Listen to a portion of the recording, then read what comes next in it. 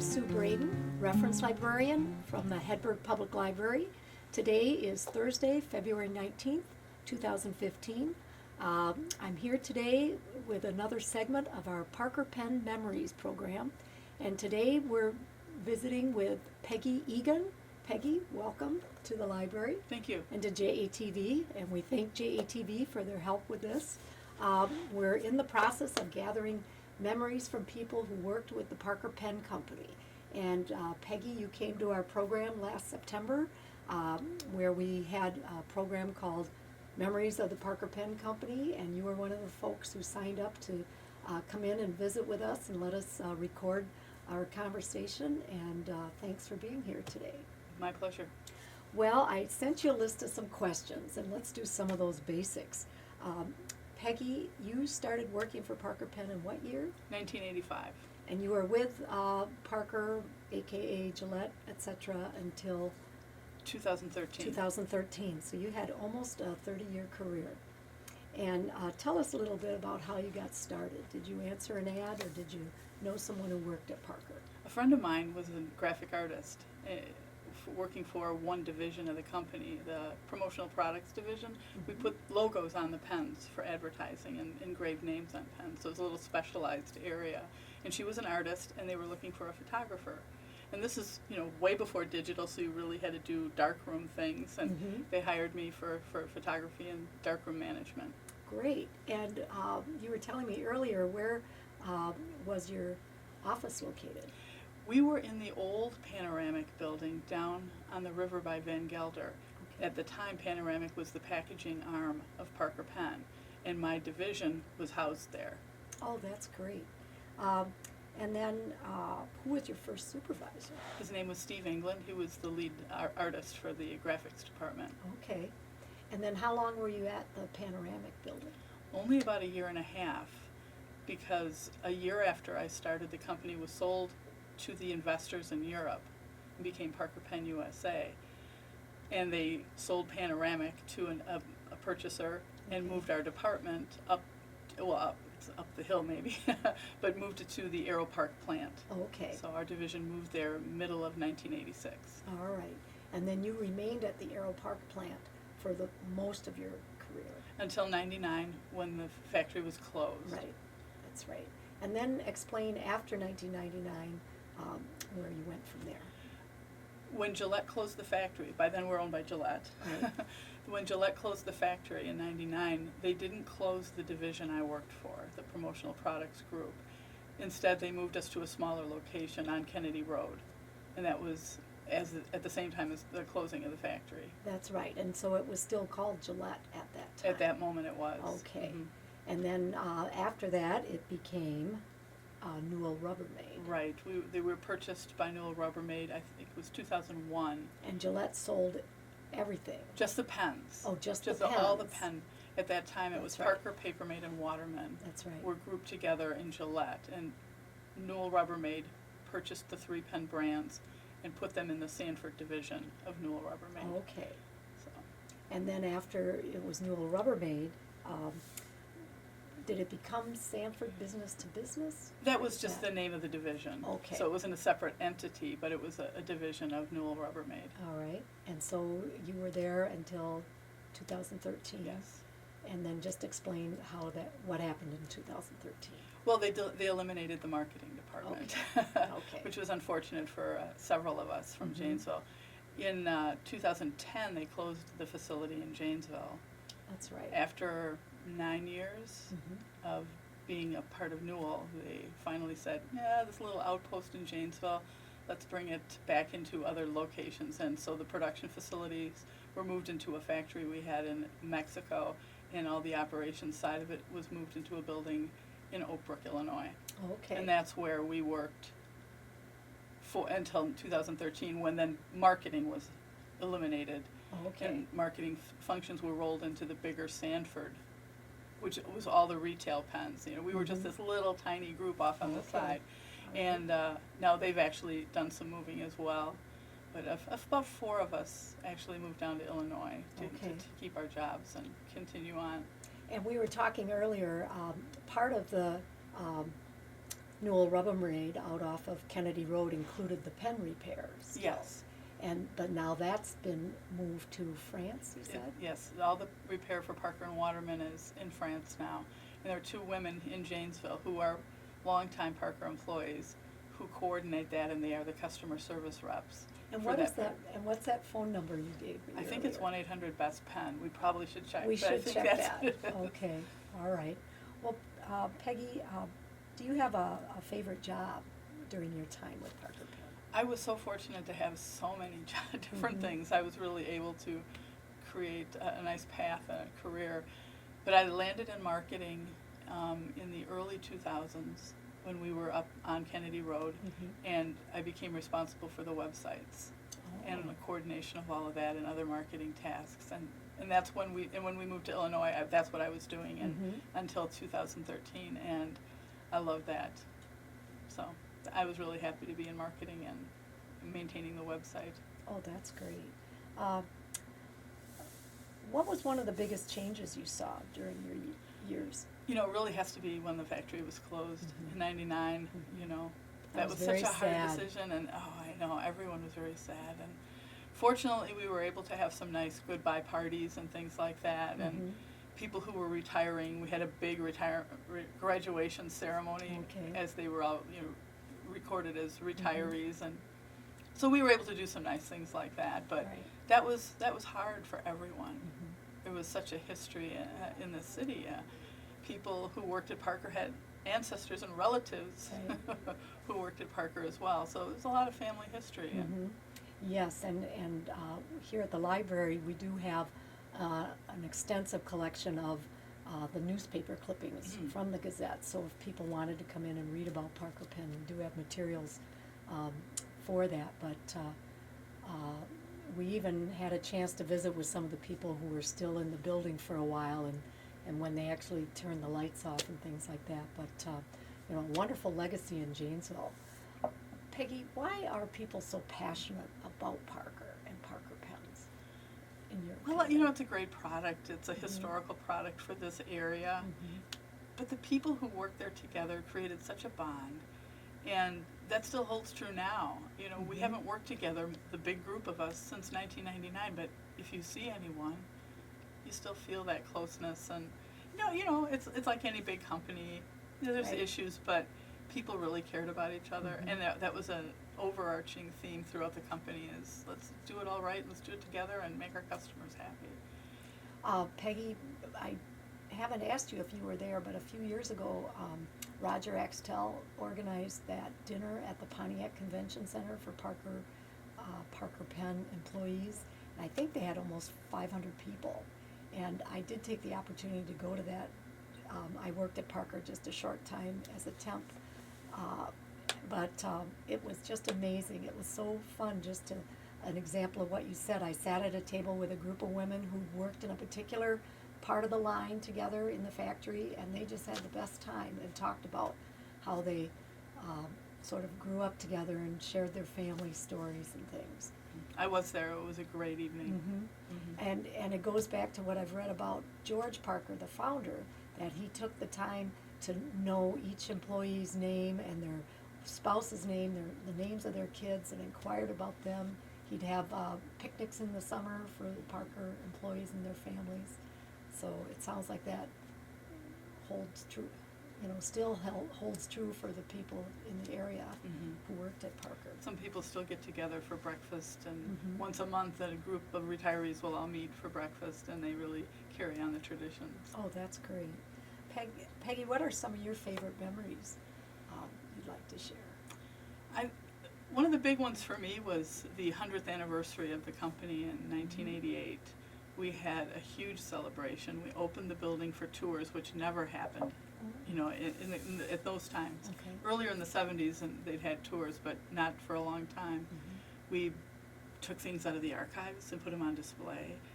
One of the local high school marching bands came by. The governor of Wisconsin, the president of the company came over from Europe, and it was just a real special celebration of the 100th anniversary.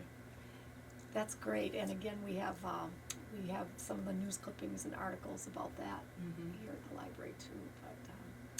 But Any other memory you want to share that stands out? All the other events and parties we had, like you mentioned, the celebration that was Mr. Extel put together, but we did other things too. When earlier, when the building was actually closing, we had a huge party at not at the Holiday Inn Express at the convention center, filled the place, and we had video footage and film footage from the 50s and 60s and when they were building Aero Park, and that was all being displayed as the evening went on, and members of the Parker family were there, and people talked about working at Parker, and we had representatives from different areas, and just a big fun dinner that we all enjoyed. Oh, that's so those great. events really stand out for me.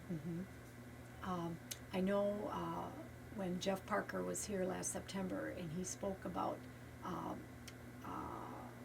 how special the people are who made Parker Pen what it is, and that how appreciative the family always was, and for the work people did.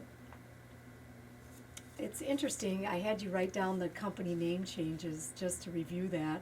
Of course, originally when you started it was still the Parker Pen Company, and then it became Parker Pen USA Limited, I believe, But I think you're LTD right, after yeah. there.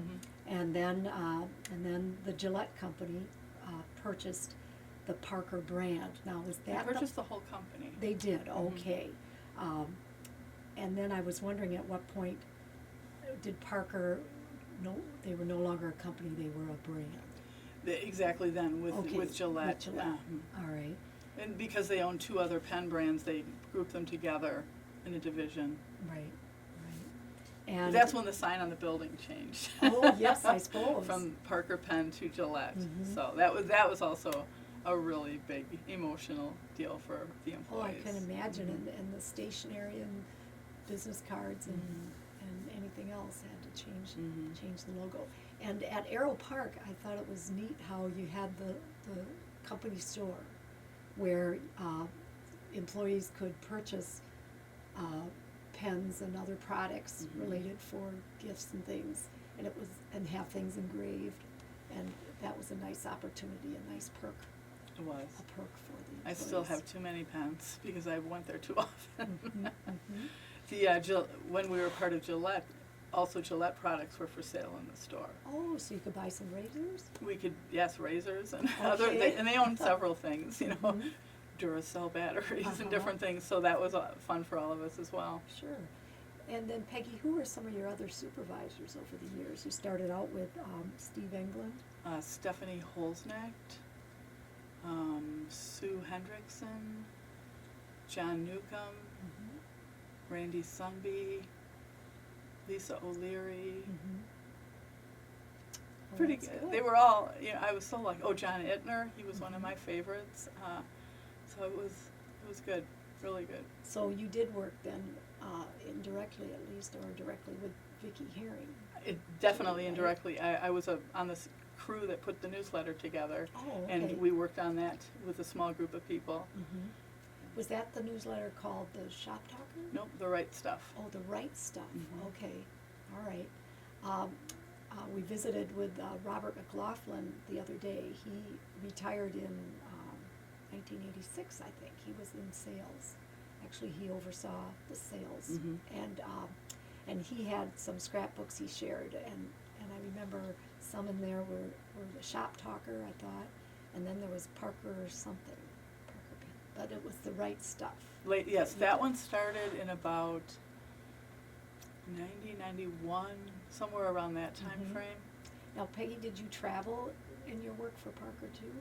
A little more when I was in the marketing department in the last years. I would go to the trade shows for that, the promotional products division. Other than that, sometimes I was a production supervisor for a while and would go to look at a machine somewhere or something like that. Yeah, so sometimes, not a lot, but enough to keep it interesting. And then, let's see, we talked about your biggest change. That 100-year anniversary, so that was the 100-year from the founding? Yes, so from 1888. right. Okay, all right. And were there other Parker family who came?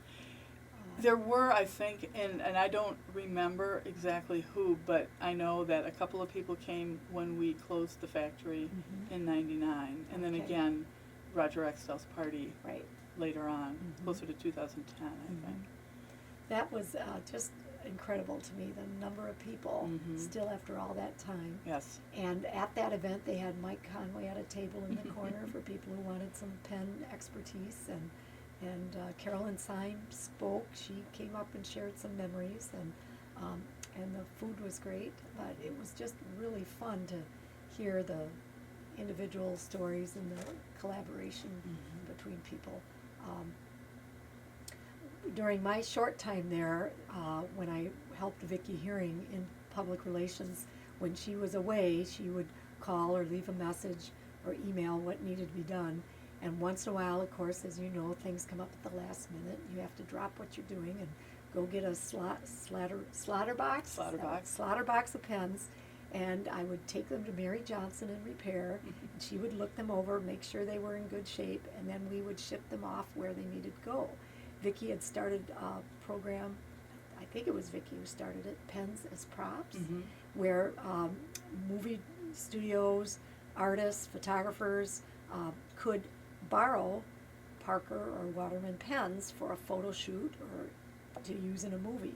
And we'd get these calls at the last minute, and they'd want them the next day out west, maybe in California, or out east, and it'd be after 5 o'clock, so we'd make it happen. But it was always great how everybody worked together, like you said, to make it happen for that customer and to get people what they wanted. Yeah. Did you work with some of the specialty pens too, as far as there was the Macarthur pen and the All the different artists. signings. Yes. And, yeah.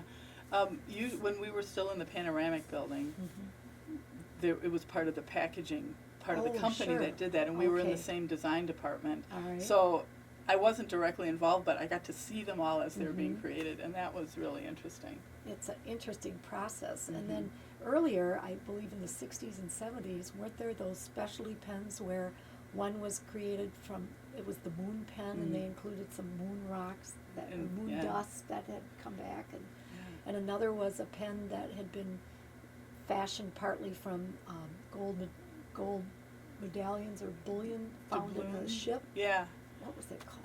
I don't remember. I should have looked that up. And just different things like that I always thought were and then they had a Mexican peso day. I think that was in the 40s or the 50s, where they, for one day, they issued paychecks to the staff and what the value would be in pesos. I mean, they were pretend paychecks, obviously, but it's just interesting how they expanded their horizons. And George, the founder, traveled all over and would take his pens along and go from there. So it's really interesting. Now, some of these pictures, I wonder if you're able to identify some of the people in those. Absolutely, and some of those pictures I took. Oh, The color ones from that era would have been photos like that, would have been photos that I took. Because I was Well- sort of the unofficial company photographer the whole time Okay. I was there. well, what I might do is, even when we're done taping, we'll have you look at that, and I could jot down, get some of those names. We have a woman in town who is one of the Parker Penettes, and I think she's gonna come in and visit with us about that too. Great, that'll be good. Well, Peggy, is there anything else you wanna be sure we record for history's sake? Well, I just really want to thank you for having me. It means a lot, and I'm glad you're recording the history for Janesville. Well, and I'm real pleased that Dwayne Brewer and his staff were interested in the project as well, and the library's supportive, so we'll hope to get some more interviews and get those available. And but yes, if you or other people have any pictures or other information you'd like to share with the library, I know that'd be something we'd like to visit with you about. Absolutely. So. Well, thank you for being here, Peggy. My pleasure.